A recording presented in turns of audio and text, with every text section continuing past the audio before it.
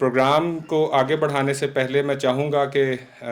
ہمارے جناب محترم حکیم راحت نسیم سودروی صاحب سٹیج پر تشریف لائیں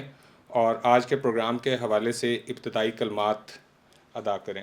نحمدہ و نصلی علی رسولہ الکریم، بسم اللہ الرحمن الرحیم۔ جناب صدر محترم خالد محمود صاحب، چیئرمین مولانا ظفر علی خان فاؤنڈیشن، معزز مہمان ذی وقار جناب محترم ڈاکٹر حکیم عبدالحنان صاحب، سابق رئیس الجامعہ جامعہ ہمدرد کراچی، و معزز خواتین و حضرات، آج مولانا ظفر علی خان فاؤنڈیشن کے زیر اہتمام اور پاکستان قومی زبان تحریک کے باہمی تعاون سے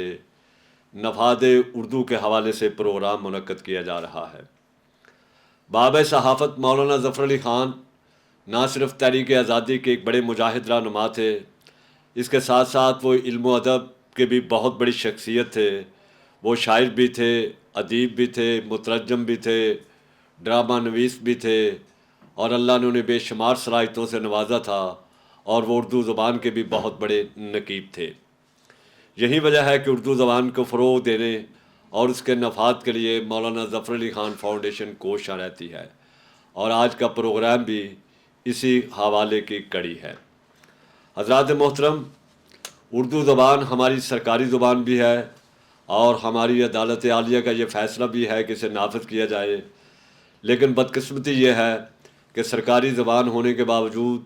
ہنوز ہمارے دفتروں کے اندر، ہمارے سلیبسز کے اندر، اسکولوں کے اندر انگلش میڈیم کا دورہ ہے۔ یہ جو تاثر ہے کہ علم صرف انگلش زبان میں ہے، یہ انتہائی غلط ہے۔ دنیا کی جن اقوام نے بھی یا ممالک نے ترقی کی، وہ فرانس ہو، جاپان ہو،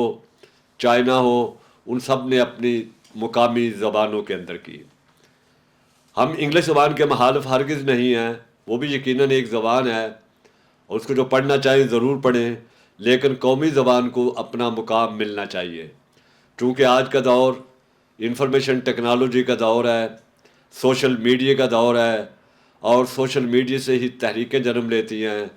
تو اس لیے آج کا موضوع یہ رکھا گیا کہ نفاذ اردو اور سماجی ذرائع ابلاغ، تاکہ سماجی ذرائع ابلاغ جو ہے اس کے ذریعے ہم نفاذ اردو کی مہم کو تیز تر کر سکیں، اور آج کا پروگرام اسی حوالے سے ہے۔ تو میں آپ تمام حضرات کا شکر گزار ہوں کہ آپ یہاں تشریف لائے، خصوصی طور پر معزز مہمان خصوصی جناب محترم ڈاکٹر و حکیم عبدالحنان صاحب، اور اپنے چیئرمین جناب خالد محمود صاحب کا، کہ جو اپنے قیمتی وقت میں سے آج یہاں تشریف لائے